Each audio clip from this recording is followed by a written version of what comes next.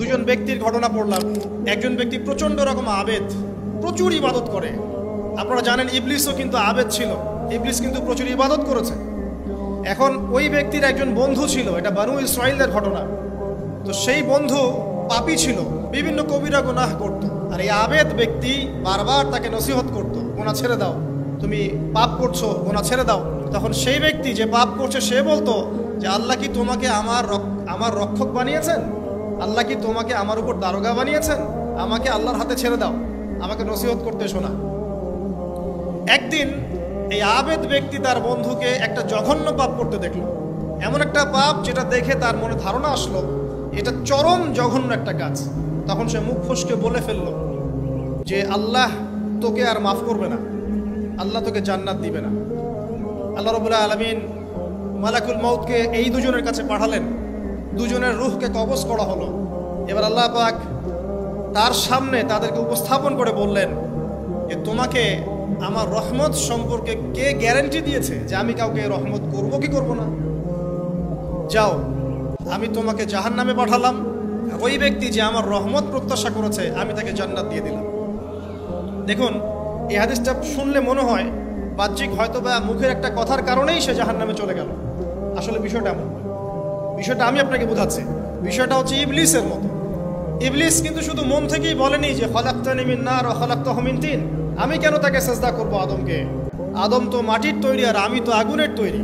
এটা ইবলিসের শুধু মৌখিক স্টেটমেন্ট ছিল না, কারণ কি ছিল? আবা ওয়াস্তাকবারা, সে উদ্ধত হয়েছিল, অহংকার প্রদর্শন করেছিল। ভিতর থেকে ইন্টারনালি সে অহংকারী ছিল, সে আন্ডার এস্টিমেট করে কথাটা বলেছে, শুধু মৌখিকভাবে বলে নাই। কিন্তু ঠিক এই ব্যক্তির ঘটনা এমনই, সে মন থেকে অহংকারী হয়ে উঠেছিল, যদিও বা সে আবেদ ছিল। এখানে আমরা যারা প্র্যাকটিসিং মুসলিম হওয়ার চেষ্টা করছি আমাদের জন্য এখানে নিদর্শন আছে।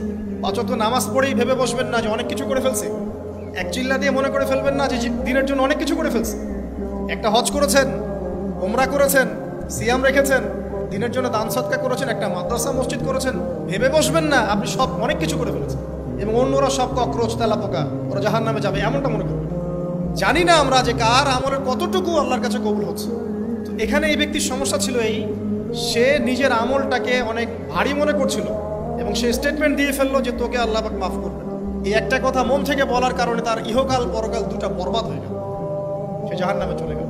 ঠিক আরেক ব্যক্তির ঘটনা আছে এমন, এগুলো সবগুলো রেফারেন্স আছে। এক ব্যক্তি প্রচুর ইবাদত করত, আল্লাহ পাক তার ইবাদত করার জন্যে পাহাড়ের চূড়ায় একটা সুন্দর ব্যবস্থাও করে দিয়েছিলেন। সেখানে ডালিম গাছ হতো, ঝর্ণা আসতো, খাবারের কোনো অভাব নাই। হাদিস এসেছে 500 বছর সে ইবাদত করেছে। কত বছর? কিয়ামতের মাঠে এই ব্যক্তির অবস্থা এমন হবে, তাকে জান্নাতে প্রবেশ করানোর জন্য নিয়ে যেতে বলা হবে যাও আমার রহমতে জান্নাতে চলে যাও। আল্লাহ পাক তাকে এই কথাটা বলবেন, কিন্তু এই ব্যক্তি বলবে আমার আমলের কারণে আল্লাহ পাক বলবেন আমার রহমতে জান্নাতে চলে যাও। ব্যক্তি বলবে আমার আমলের কারণে। আল্লাহ রাব্বুল আলামিন তখন তাকে দেওয়া সমস্ত নেয়ামতগুলোকে এক পাল্লায় করবেন আর তার সমস্ত আমলকে আরেক পাল্লায় করবেন। তারপর দেখা যাবে আল্লাহর সমস্ত নেয়ামত তার একটা চোখের সমান হয় নাই। কথা কি বুঝতে পারছেন? একটা চোখের যে নেয়ামত আল্লাহ পাকের, সমস্ত আমলও 500 বছরের ইবাদত এতটুকু হয়নি। তারপর তাকে বলা হবে ওকে জাহান্নামে নিয়ে যাও। এবার জাহান্নামে যাওয়ার সময় সে বলবে আল্লাহ তোমার রহমতে আমাকে মাফ করে দাও।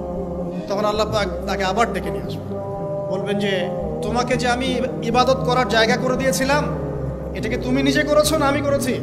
সে বলবে আপনি করেছেন। তোমাকে যে আমি সৃষ্টি করেছিলাম তখন কি তুমি কোনো আমল করেছিলে?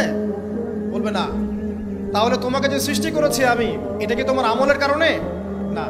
তোমাকে সারা দুনিয়াতে এত নিয়ামত দিয়েছি, এটা কি তোমার আমলের কারণে? সে বলবে না। তখন তাকে জান্নাতে প্রবেশ করানো হবে। কিয়ামতের মাঠে এমন অনেক ঘটনা ঘটবে যেটা আমাদের চিন্তার বাইরে।